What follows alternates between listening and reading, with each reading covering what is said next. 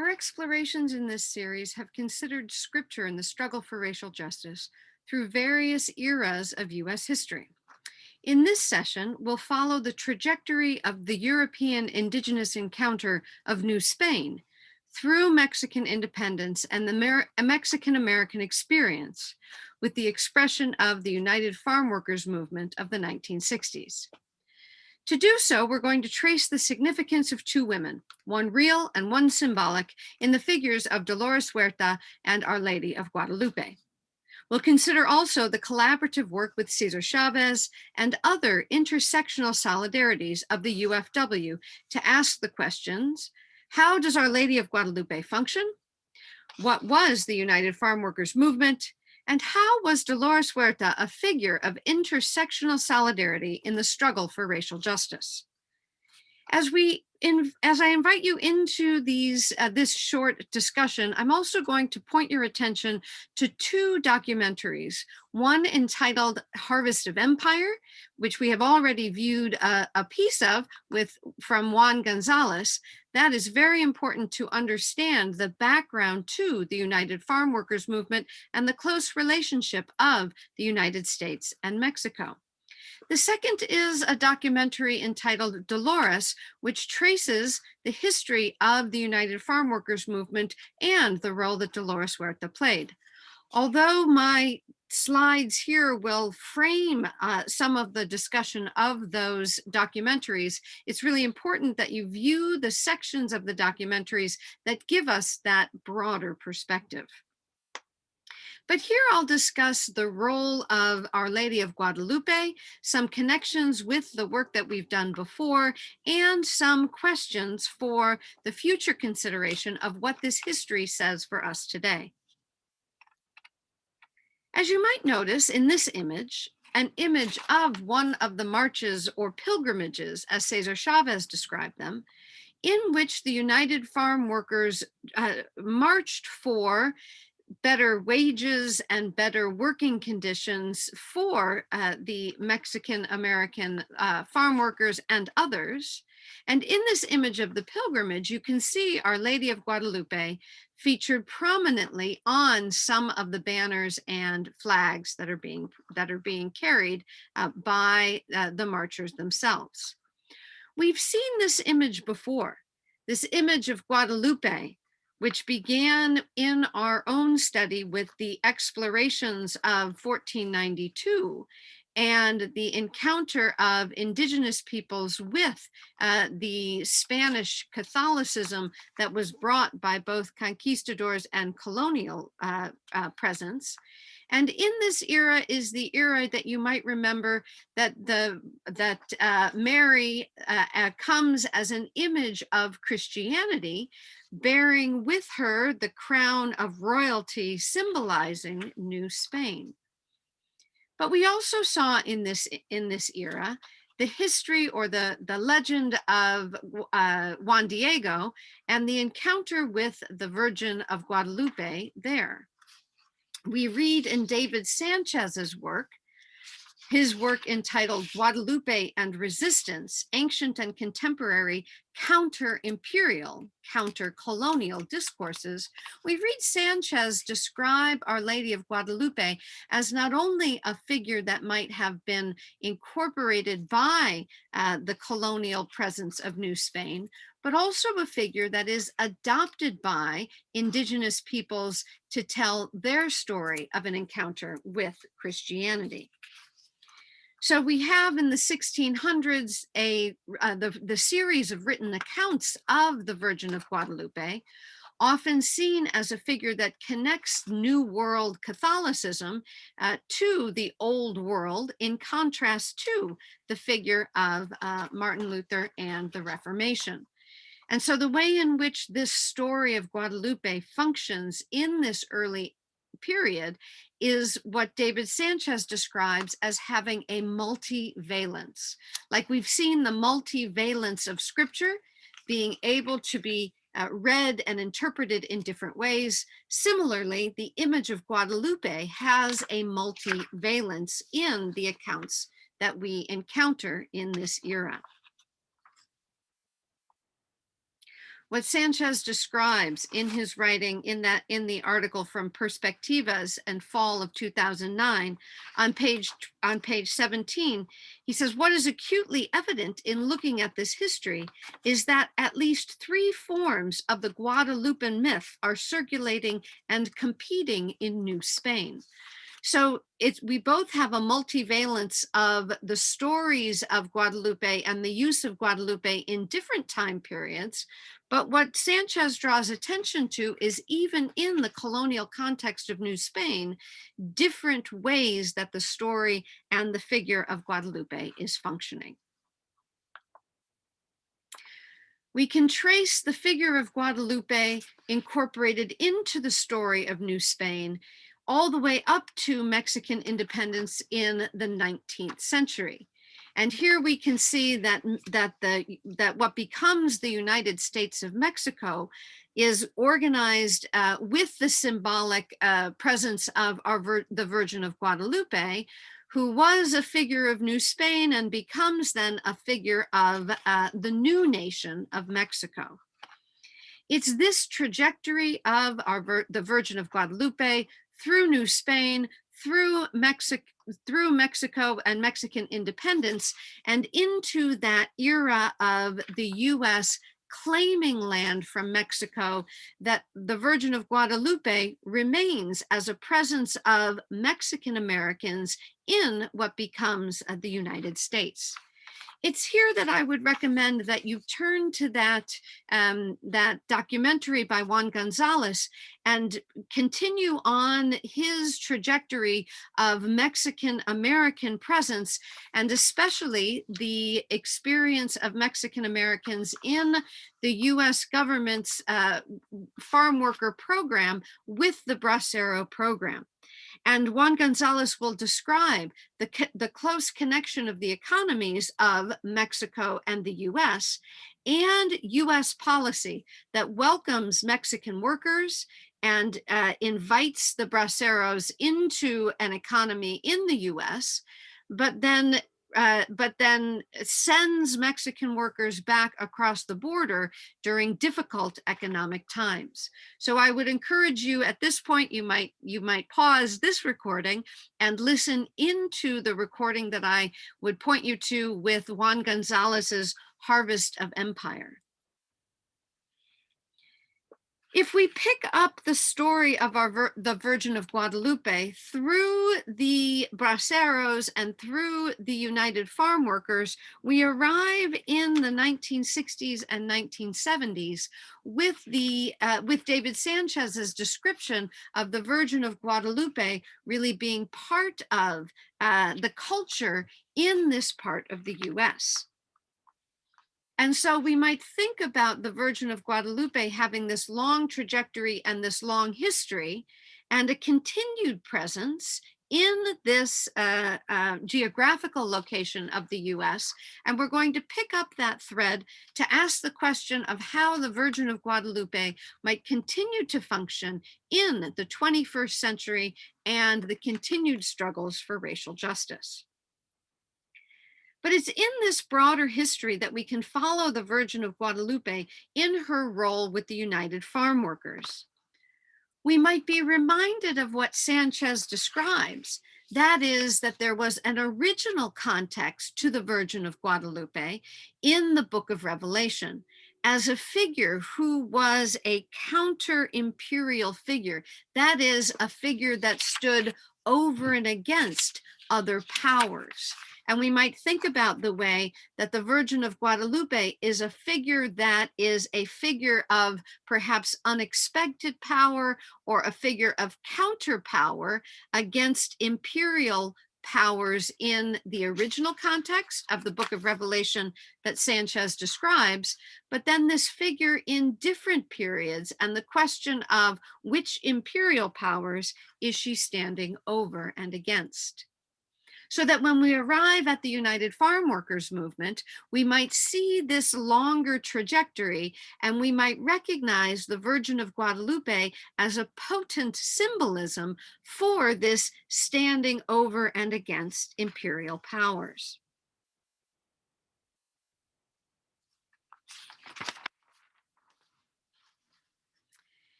order to think about the United Farm Workers movement and the symbol of the Virgin of Guadalupe as a religious symbol within this movement and within this struggle for both economic and racial justice, we want to also have a broader picture of the United Farm Workers movement itself. So to read that symbolism of the Virgin of Guadalupe, we need both the trajectory that comes from her history, from out of the encounter of New Spain and into Mexico and the Mexican American experience, and we need the story of the workers' movement itself. And here we might recall the ways in which we have been exploring legislative dimensions of US history and the struggle for racial justice within those broader struggles for rights of citizenship. In the discussion of the United Farm Workers and in what you learn from the documentary Harvest of Empire and Juan Gonzalez, I want you to be thinking about the Mexican American experience as being both an experience that has a transnational dimension, that is, with the close encounter with the border with Mexico and the close tie of the two economies of the U.S. and Mexico. But I also want us to follow the story of the United Farm Workers and to recognize Mexican Americans striving for their full rights and citizenship, as so many within the United Farm Workers movement were citizens of the U.S. and were concerned about the access that Mexican Americans and other U.S. citizens would have to their full rights and citizenship as workers in the U.S. And in this way, it's important to return to that era of the early 20th century, the era coming from out of the Great Depression, and the systems that were put in place to help citizens move through future eras of economic uncertainties. In addition to the social safety nets of Social Security and the institution of the Federal Housing Administration, it's the same era and the same set of legislation that would give power and empowerment to workers moving through economic securities and insecurities in the future. So we want to think about the establishment and the legislation of 1935 and the National Labor Relations Act. And in that act, certain rights were granted to workers, and in particular, the right of collective bargaining, the right of union organizing. And in that legislation of 1935, we might look more closely and see that while the 1935 legislation gave rights to workers to organize and to unionize and to agitate and bring forth legal action in labor disputes, if you read closely the term of who was covered under that act, the term employee, you might read in this section with the yellow arrows pointing to it, the term employee would not include an individual employed as an agricultural labor or in domestic service. We might see the way in which legislation, once again in this period, is written in such a way that it favors white workers and it keeps out from the full rights of citizenship those occupations that were largely occupations that employed laborers of color. So the Mexican American laborers who were full citizens and who were working in agricultural or domestic service were not included in this right of labor organizing. So we might think about that earlier legislation from 1935 and the movement of Mexican Americans in the United Farm Workers movement as a movement for claiming their full rights and citizenship in the era of the 1970s. We add to this also what we can see in Dolores Huerta's own history, the way in which those who were organizing for the rights of labor in the United Farm Workers movement were also impacted by the rights that had been denied in terms of redlining and restrictive covenants.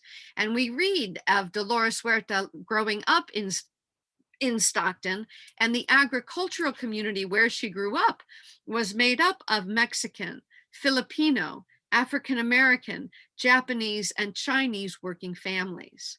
So the solidarities that were built into the United Farm Workers movement were also reflective of the experience of communities being similarly dispossessed by the rights and privileges that should have been afforded to them, but which were written out of the ways in which that legislation was enacted in racist practices of redlining and restrictive covenants.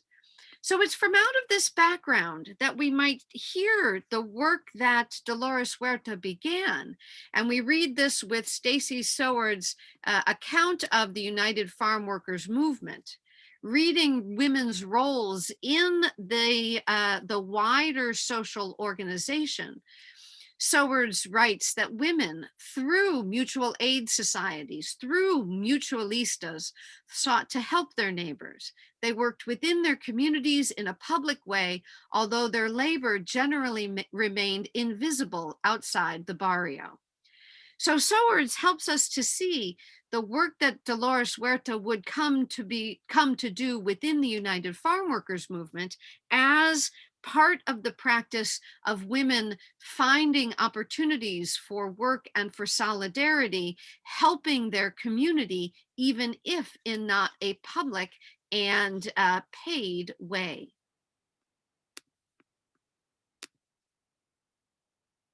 It's here that I would point you to the documentary Dolores, and the section that I am pointing you to is right in the beginning.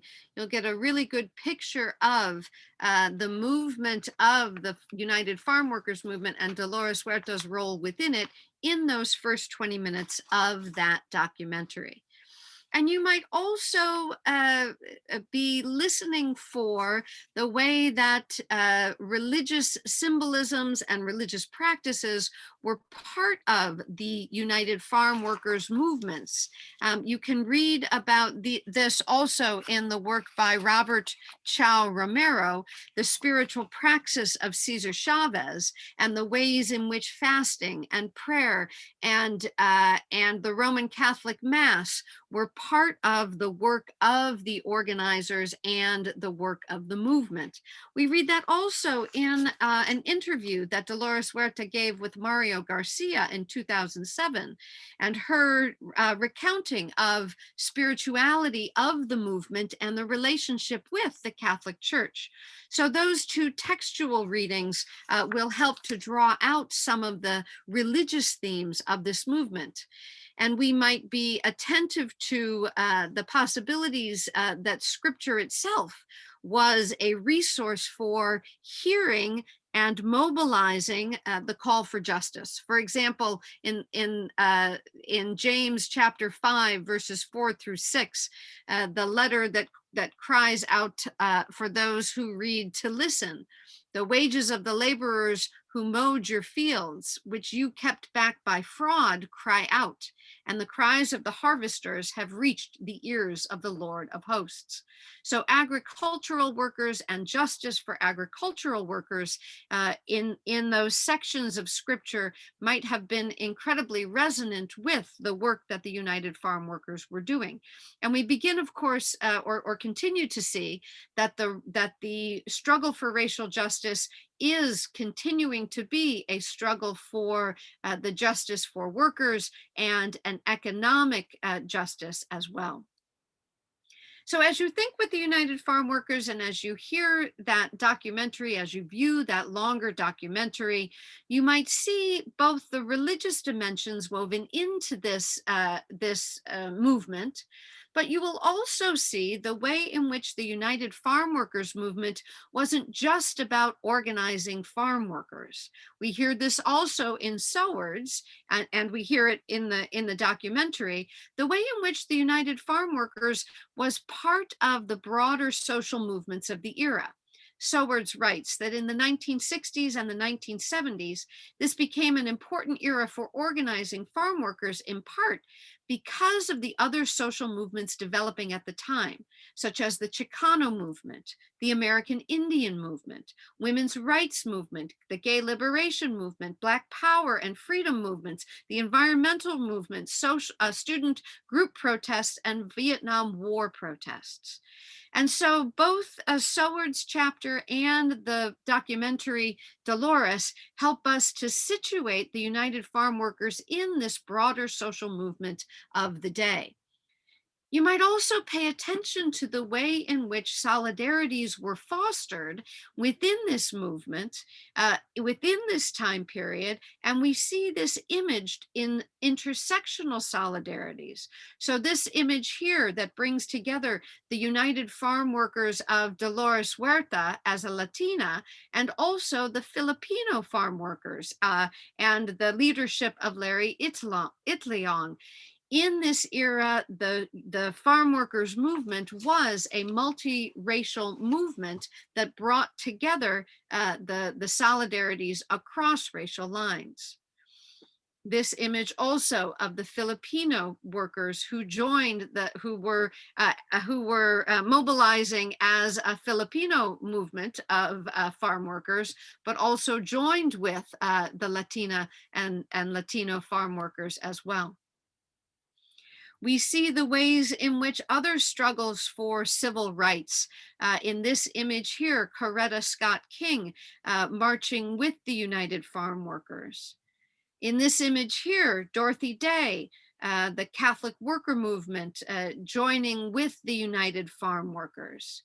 And so thinking about the experience of Latinx Americans in this movement, and the Virgin of Guadalupe potentially bringing together people across religious and racial lines in this movement for racial justice as an intersectional movement for justice.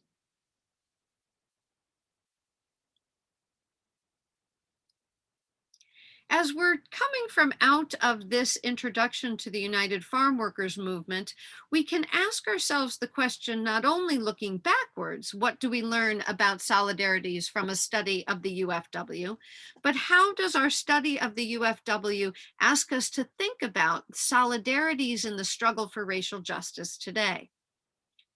We might also ask the question, what does this study of the United Farm Workers in the 1970s help us to ask questions about the continued struggles for economic justice and racial justice among the farm workers who are continuing to mobilize and to struggle in the economic and racial justice movements of today? And we might also imagine that the Virgin of Guadalupe could continue to be used as a religious symbolism in the struggle for racial justice today. And as we're thinking about that, we might think about the Virgin of Guadalupe as really being a religious icon that has been always a blended form and a rich symbolism that blends and transforms through the different eras of this trajectory and this history that we are exploring. And I would also draw your attention to the renewed work with artists working with this image of the Virgin of Guadalupe. So I would point you to the series done by the artist Yolanda Lopez and what she might be rethinking with these images of the Virgin of Guadalupe in her various forms. You might compare her, Yolanda Lopez's work, with some of the classic ways that the Virgin is imaged, and you might see different symbolisms emerging and continuing in the expression of the Virgin of Guadalupe. And you might also think about what it is that Yolanda Lopez is communicating in her series on the Virgin of Guadalupe as the intersectional struggle for racial justice continues in the 21st century.